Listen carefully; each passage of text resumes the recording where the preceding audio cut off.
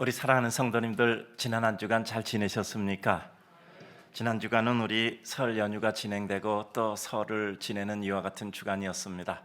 우리 사랑하는 성도님들께서 누군가를 만나시기도 하고 또 요즘은 만남 자체가 부담이 되는 이와 같은 때라서 아마 가정에서 잘 쉬시고 또 어떻게 지내셨는지 이러저러한 은혜 시간을 보냈으리라고 생각합니다.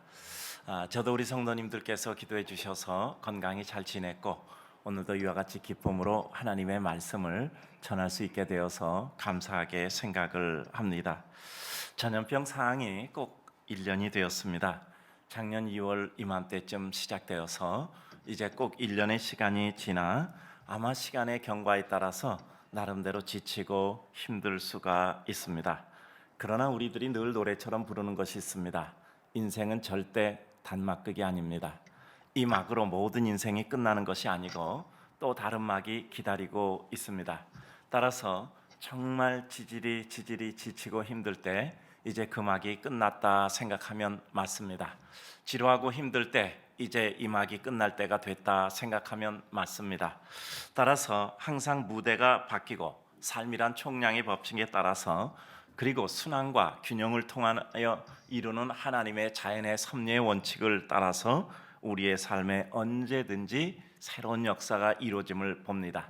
하나님께서 인류를 존속시키려고 하신다면 반드시 어려움은 시간이 흘러 극복될 것이고 그 극복된 때 우리 앞에 놓여진 세계는 새로운 역사의 세계일 것입니다.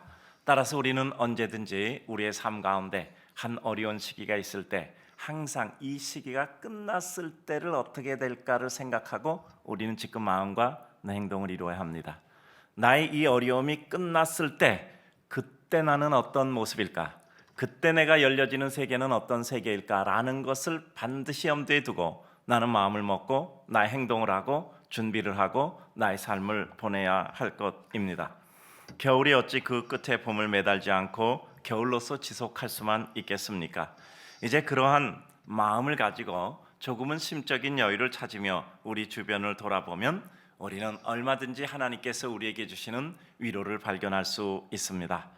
이제 오늘 본문을 진입하고자 합니다. 어떤 경기든 그 경기를 승리로 이끌기 위해서 중요한 것은 기량도 있어야 하고 전략도 있어야 하는데 또 한 가지 빠질 수 없는 것은 적절한 시간의 활용입니다.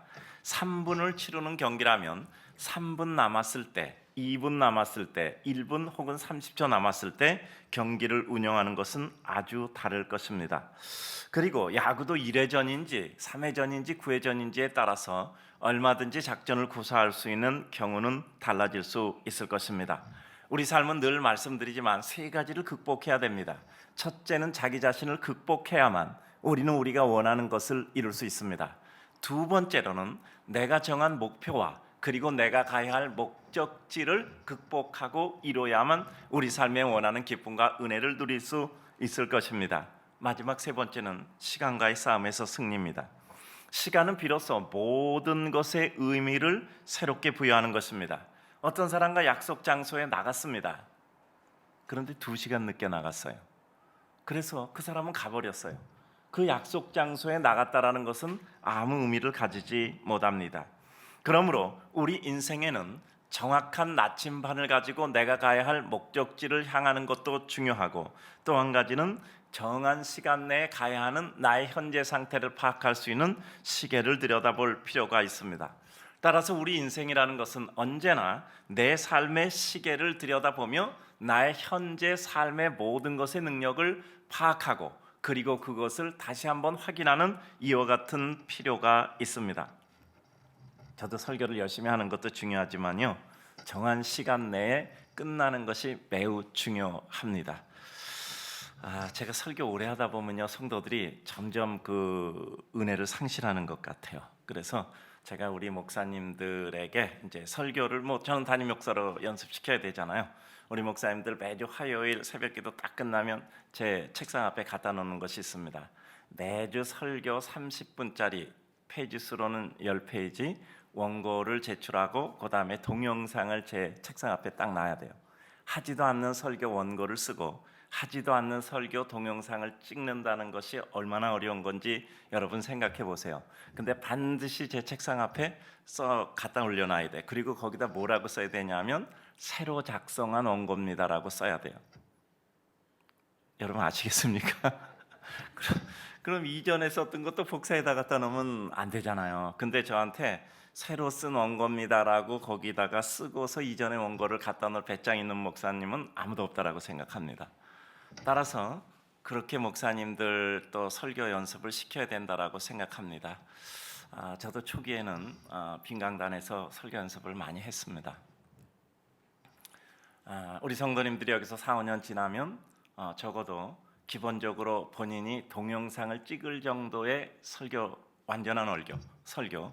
저도 그래서 꼭 10페이지를 쓰라고 말씀을 드려요. 시간도 정확히 30분에 마치고 그래서 그와 같은 설교를 200개고 250개 정도 가질 수 있다면 아마 이 다음에 담임 목사 하는 데는 상당한 도움을 줄 수 있으리라고 생각을 합니다.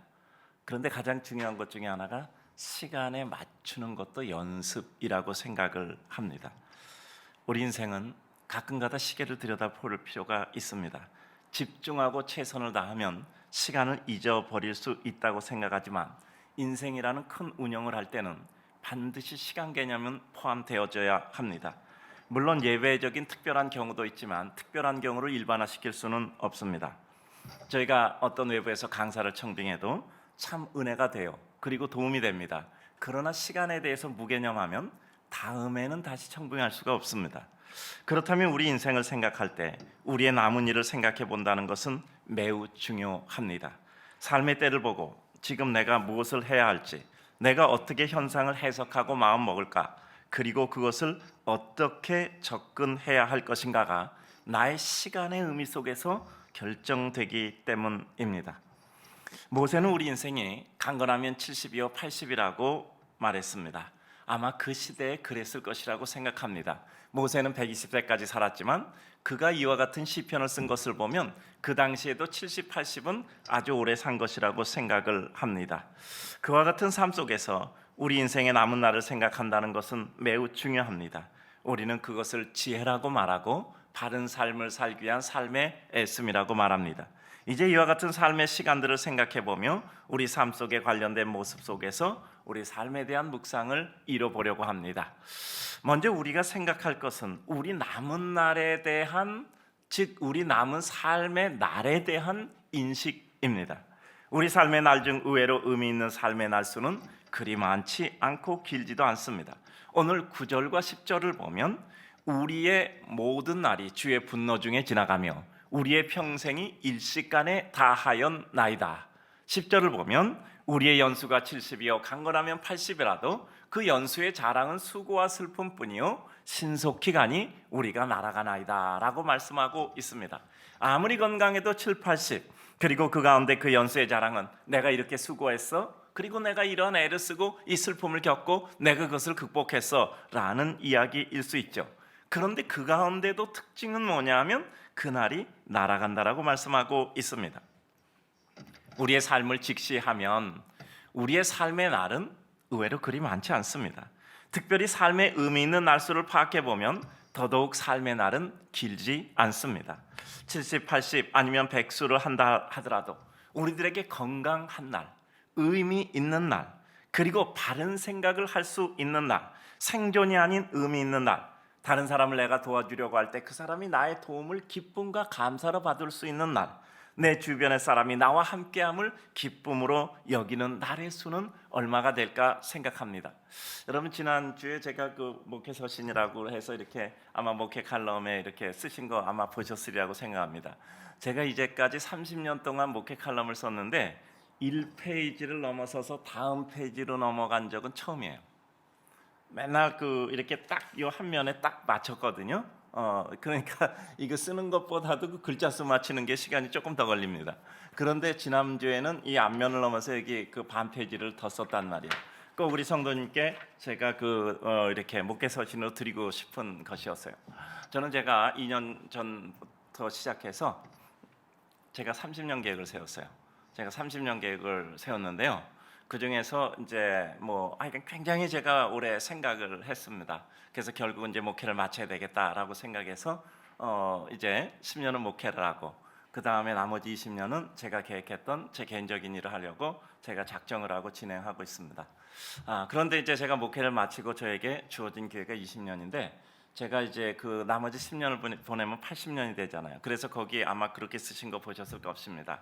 하나님의 은혜 전제 아래서 20년은 내 의지에 의해서 결정될 것이다. 그러나 나머지 10년은 지금 결정한 것에 의해서 정해진 매뉴얼에 따라 움직일 것이다. 제가 80세가 돼서 제가 어떤 계획과 아니면 어떤 결정을 하는 것은 저는 옳지 않다고 생각합니다. 지금 결정한 대로 제 몸이 움직이고 제 삶이 움직여질 것이라고 저는 마음의 결심을 했습니다. 그러니까 제가 80세 때 결정하는 것보다는 지금 결정한 것이 그 남은 10년에 대해서 혹시라도 기회가 주어진다면 지금 결정한 대로 사는 것이 옳다라고 저는 생각합니다. 즉 우리의 삶에 있어서는 늘 우리가 똑같은 능력과 똑같은 사고의 힘과 똑같은 총기를 가지고 어떤 일을 이룰 수 없다는 것이죠. 따라서 내 가장 좋은 때 결정해 놓고 그리고 결정된 대로 내 몸과 삶을 움직이는 것도 우리들에게 필요하다는 뜻입니다. 그러면 우리들에게 그런 가장 유효할 수 있는 날이 얼마나 될까?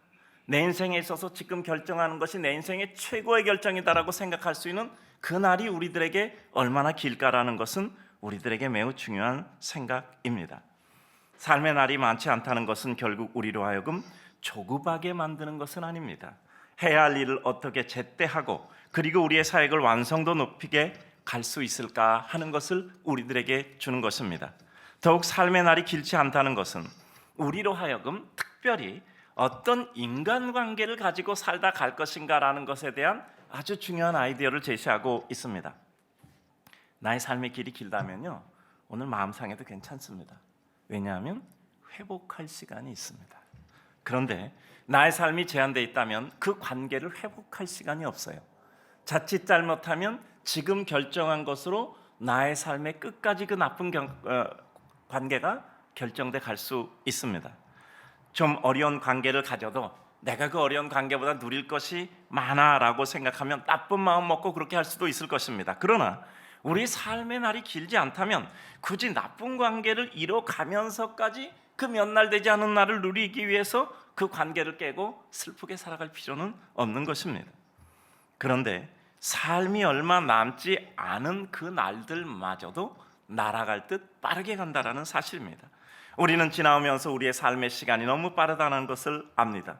그런데 살아온 날보다 앞으로 살아갈 삶의 시간이 너무 빠르다라는 것을 우리는 또한 압니다. 삶에 있어서 언제나 내가 속도를 제어하고 내 속도를 따라잡고 조절할 수 있을 때는 유리하게 어떤 일을 할 수 있습니다. 그런데 속도에 밀리게 되는 순간부터 우리는 허겁지겁 우리의 삶을 쫓아가기가 힘든 삶이 되는 것입니다. 삶의 속도를 따라잡고 여유 있을 수 있다는 것은 우리가 시간을 잘 파악할 때입니다. 보다 넉넉히 여유 있게 그 일을 조금은 미리 시작하여 진행하고 시간에 쫓기기보다는 조금 더 시간을 앞서 진행하고 마감해갈 때입니다. 세상에 시간이 많은 사람은 아무도 없습니다. 내게 주어진 능력, 그리고 내게 주어진 시간, 내게 주어진 마음에 품은 의욕, 모든 것을 고려하여 우리는 따라서 이와 같은 제한된 시간 내에 집중하여 내가 확보한 시간을 여유 있게 사용할 때 우리는 보다 아름다운 삶을 이루어낼 수 있을 뿐입니다. 해야 할 일, 그때 하지 않으면 너무나 큰 아픔과 대가를 치를 수밖에 없습니다. 지금 내가 생각하고 결정하고 행동하는 모든 것은 나에게 반드시 대가를 요구합니다. 내가 어떤 일을 해도 그것은 나에게 대가를 요구할 것입니다.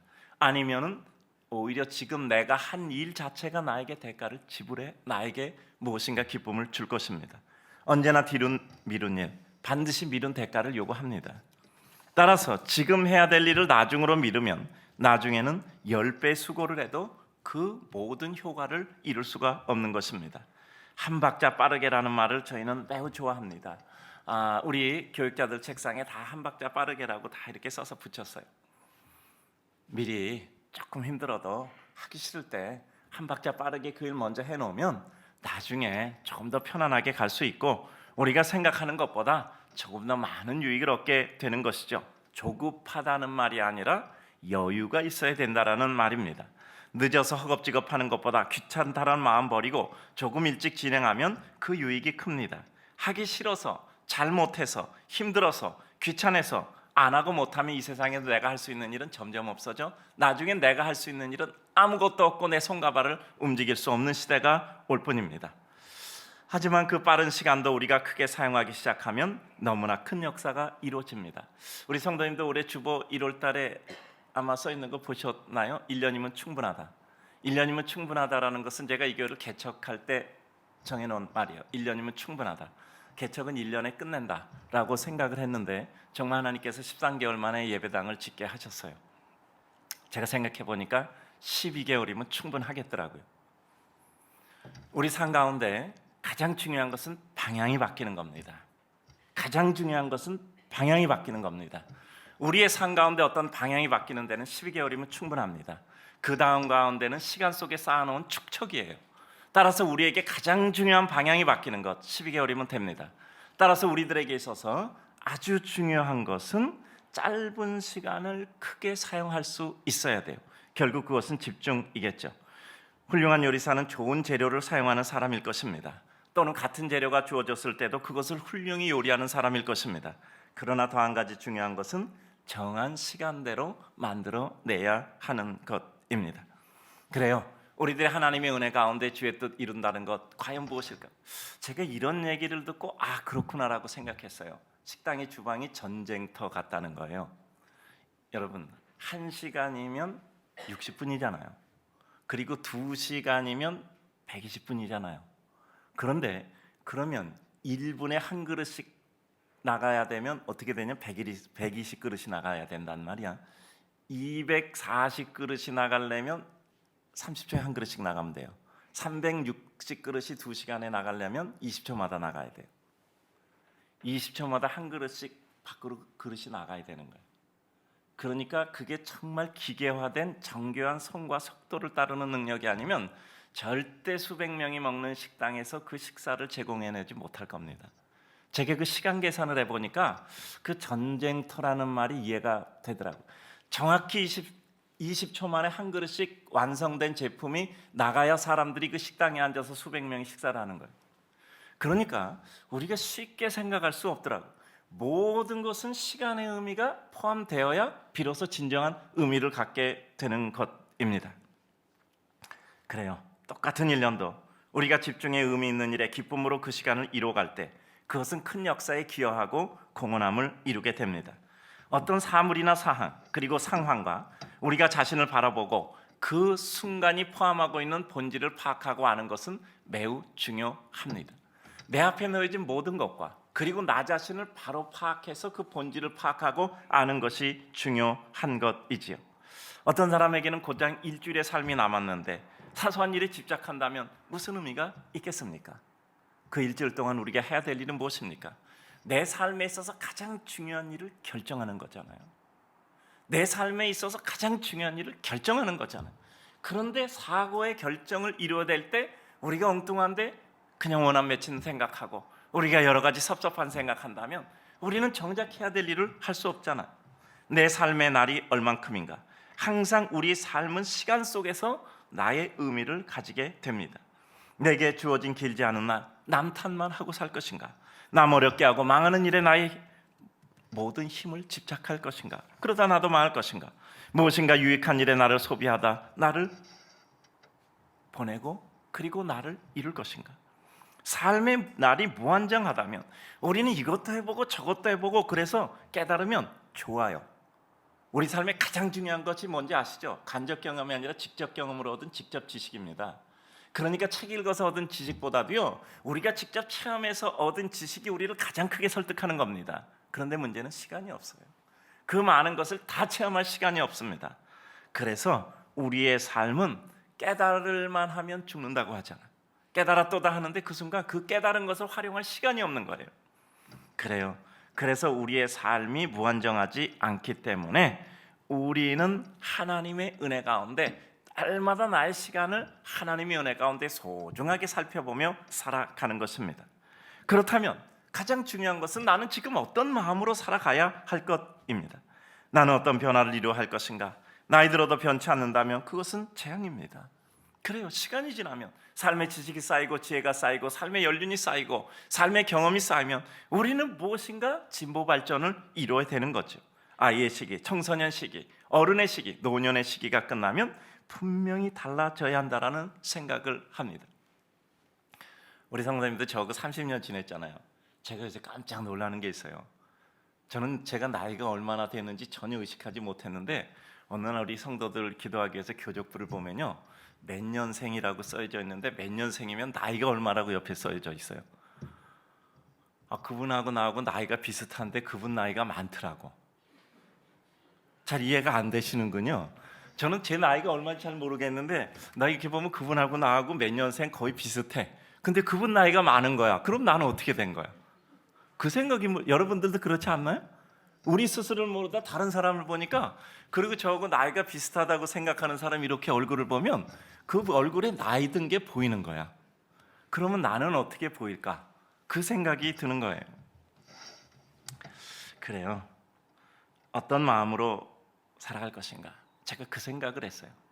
삶의 시간이 흘러가면서 모든 능력이 쇠퇴되는가? 아니면 삶의 시간이 흘러가면서 그 시간이 인생의 최고의 때인가? 라는 것은 우리들에게 매우 중요한 생각을 하게 돼요. 우리 삶이라는 것은 반드시 시간이 지나면 쇠퇴되는 것이 있습니다. 그러나 우리 삶이라는 것은 반드시 시간이 지나면서 그것이 최고의 정점을 찍을 때가 있어요. 중요한 건 뭔지 아십니까? 쇠퇴되는 것과 최고로 발전하는 것 중에 어떤 것을 잡고 사용하느냐에 따라 달라지는 거예요. 내가 내 인생에 여러 가지 시간이 가면서 쇠퇴되는 것을 가지고 내 인생이 쇠퇴된다고 생각할 것인가? 아니면 내 인생의 여러 요소 중에서 가장 시간이 가면서 흘러가는 좋은 것을 내가 딱 잡고 그것을 사용할 것인가에 따라서 우리 인생은 얼마든지 달라질 수 있습니다. 특별히 하나님 앞에 살아가는 사람들, 믿음이 점점 깊어지며 하나님께 대한 신뢰가 깊어지고 삶의 경험을 통해서 하나님의 은혜에 대한 확신이 있을 때 우리는 그것을 통해서 하나님 앞에 그 순간 최고의 역사를 이룰 수 있는 것입니다. 그리고 내 삶을 파악한다면 어떤 일을 이루고 어떤 삶의 형태를 이루고 살 것인가를 결정해야 됩니다. 주님은 처음부터 십자가를 지려고 이 세상에 오신 분입니다. 그렇기 때문에 주님은 칭찬하고 박수하고 사람이 환호하고 비난하고 하는 것은 아무런 의미가 없었던 거예요. 칭찬에 날아가지 않으셨고 박수 그리고 사람들의 비난에 위축되지 않으셨습니다. 왜냐하면 주님은 처음부터 이 세상에 오신 것 자체가 골고다의 언덕에서 십자가를 지고 가시기 위해서 이 땅에 오신 겁니다. 그러니까 주님은 그것을 위해서 가는 것이지 주변은 다 스쳐가는 바람이에요. 따라서 우리의 삶 가운데 하나님이 우리에게 주신 분명한 삶의 확고한 목표를 바라보고 간다면 삶의 슬픔과 기쁨은 스쳐가는 바람에 불과한 것이지 그것이 우리를 결정적으로 결정할 수 있는 요소가 되지 못하는 것이죠. 모세는 자신의 때를 알고 움직였어요. 사도 바울은 그는 예루살렘으로 갈 때 그 제자들과 그리고 은사받은 자들이 다 가면 죽는다고 해도 그는 자기의 받은 사명을 위해서 죽음을 두려워하지 않고 갈 수 있었던 것입니다. 자신의 때를 따라 움직이는 것이죠. 지금 나는 어떤 때 무엇을 해야 될 것인지 생각해야 합니다. 내가 무엇을 위해 존재하는가? 나의 삶은 무엇을 목적해야 마지막 그 목적지에 도달할 것인가? 그럼 이때 나는 무엇을 해야 될 것인가? 라는 것은 정확히 파악되고 정확히 이루어야 될 정교함을 필요로 하고 있습니다. 그 다음입니다. 제한된 짧은 날이라면 이제는 주 앞에서 가장 의미 있는 것에 집중하고 사려 깊게 살아가야 합니다. 우리에게 우리의 날 계수함을 가르치사 지혜의 마음을 얻게 하소서. 12절입니다. 우리는 우리의 날을 파악하여 현재 우리의 삶의 태도를 분명히 결정해야 됩니다. 인생에 대한 우리의 수용적 자세가 필요하지요. 내 삶은 내 뜻대로 안 되고 내 주변 사람의 뜻대로도 안 되고 하나님의 뜻대로 된다는 것은 우리는 압니다. 그러면 이 세상에서 가장 중요한 것은 그 어떤 때도 하나님이 나에게 주신 것을 받아들여야 돼요. 그때 우리들에게 없는 게 무엇입니까? 억울함이 없는 거예요. 억울함이 없는 겁니다. 늘 말씀드리잖아요. 억울함이 있을 때 내 고난은 아직도 끝날 날이 멀었습니다. 왜냐하면 하나님이 나에게 주신 그 어떤 것도 하나님의 뜻으로 받아들이고 그 가운데 하나님의 뜻을 이루어드리는 것이 우리의 삶이기 때문이지요. 주님은 십자가도 받아들이고 그것을 부활로 꼽혀내셨지요. 그래요. 우리의 삶 가운데 수용을 통해서 극복을 이루는 의지를 발현하는 것이 우리 인생의 삶이죠. 인간에 대한 우리의 용서와 관용과 사랑의 자세가 결국 우리들에게 그 시간대의 빛을 발하게 되는 것입니다. 용서와 관용이 없으면 사랑은 존재할 것이 없죠. 사랑이 존재하지 않는데 이 세상은 지옥일 수밖에 없는 거죠. 짧은 날이라면 우리들에게 가장 중요한 것을 이루어야 하는데 그것은 우리 삶의 가장 큰 기쁨과 감격입니다.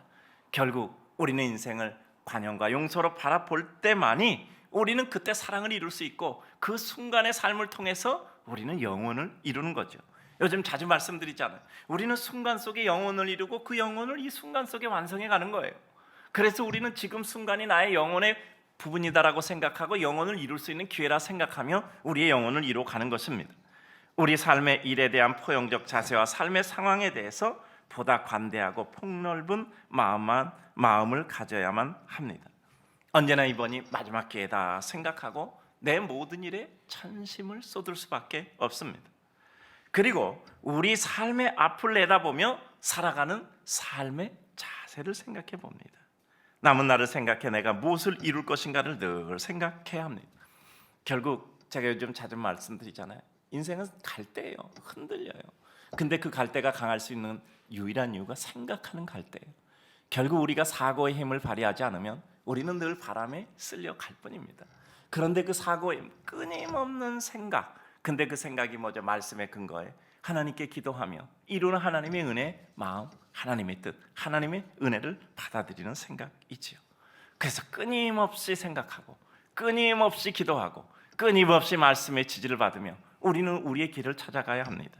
과욕을 부리지 않으나 실망하지 않고 내가 할 수 있는 일을 해야 합니다. 이것이 어떤 때 이루어질까요? 우리 마음의 뜨거운 열정이 아직까지도 잔존하고 있을 때 이루어지는 것입니다. 그래요. 내 마음에 하나님이 주신 은혜의 마음에 뜨거운 열정이 있을 때 우리는 비로소 살아가고 있는 거죠. 늘 말씀드리잖아요. 기운 꺾이면 끝이다. 기운 꺾이면 끝이다. 우리는 하나님의 은혜 가운데 내 삶의 상황과 내 주변 사람과 내 여건을 보지 않고 그 가운데 하나님이 나에게 주신 그 붉은 뜨거운 마음 가지고 달려갈 수 있을 때만 우리는 하나님의 생명의 은혜의 능력을 발휘할 수 있는 것이죠. 하나님이 나를 통해 이루실 일을 위해 이제는 시간을 아껴야 합니다. 결국 가지치기에서 집중해야 돼요. 우리 시간이 점점 없을 때일수록 우리는 어떤 일을 해야 되죠? 가지를 쳐야 돼요. 가지를 쳐야 됩니다. 10가지 만가지 다 못합니다. 결국 시간이 가면서 우리는 가지를 치고 우리가 할 수 있는 일에 집중해야만 합니다. 지혜의 마음을 얻어야 합니다. 첫째, 마음을 관리해야 됩니다. 내 마음이 무너지면 아무것도 못해요. 내 마음이 흔들리면 아무것도 못하는 겁니다. 결국 인생은 내 마음을 관리하는 겁니다. 그리고 또 중요한 것이 있잖아요. 상심할 틈이 없어요. 상심하고 낙심하고 그리고 우리 마음이 무너져 있을 틈이 없어요. 왜냐하면 우리는 하나님의 뜻을 이루기도 바쁘니까. 기뻐하기도 바쁜데 언제 슬퍼하고 있겠습니까? 그래서 항상 기뻐하라고 한 말씀 가운데 우리를 맞춰가는 거죠.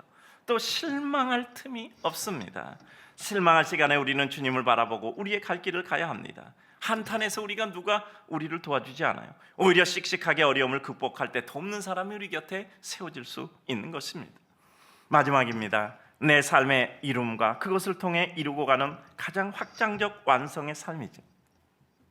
우리들에게 중요한 것은 무엇이냐 하면요, 결국 내가 어떤 일을 이루었을 때 1차적 축복, 그것을 가지고 어떻게 2차적 축복을 이루느냐, 이제 확장해 가는 거죠. 내가 그것을 나누고 베푸는 것입니다. 그죠? 내 입에 밥 들어가면 그것으로 기쁘다면 우리 인생은 너무 가엾잖아요.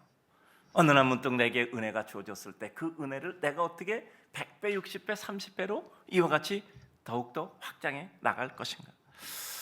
요즘 우리 성도님들 의자와 같은 삶을 살아가는 것이 필요하다고 늘 생각해요. 의자는 누구나 그 의자에 와서 앉으면 되잖아.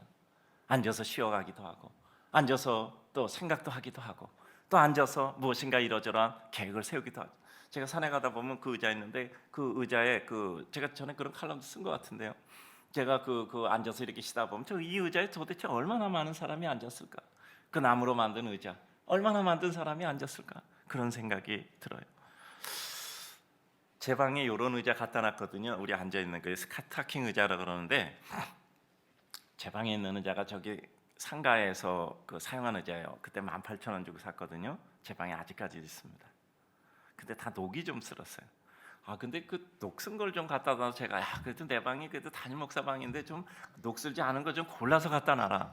제가 그렇게 부탁을 한 적이, 제 방이 좀 나은 게 있습니다. 근데 그래도 좀 녹이 좀 슬었더라. 그래서 제가 이제 예배당 가면서 제가 버리려 그래요. 이제 그대로 안 가져가고 녹이 슬어갖고, 그래서 이제 또 건강에 안 좋잖아요. 또 누가 보면 너무 불쌍해 할 수도 있으니까. 저 안 불쌍한 목사입니다. 우리 성도들이 아주 사랑해주는 안 불쌍한 목사입니다.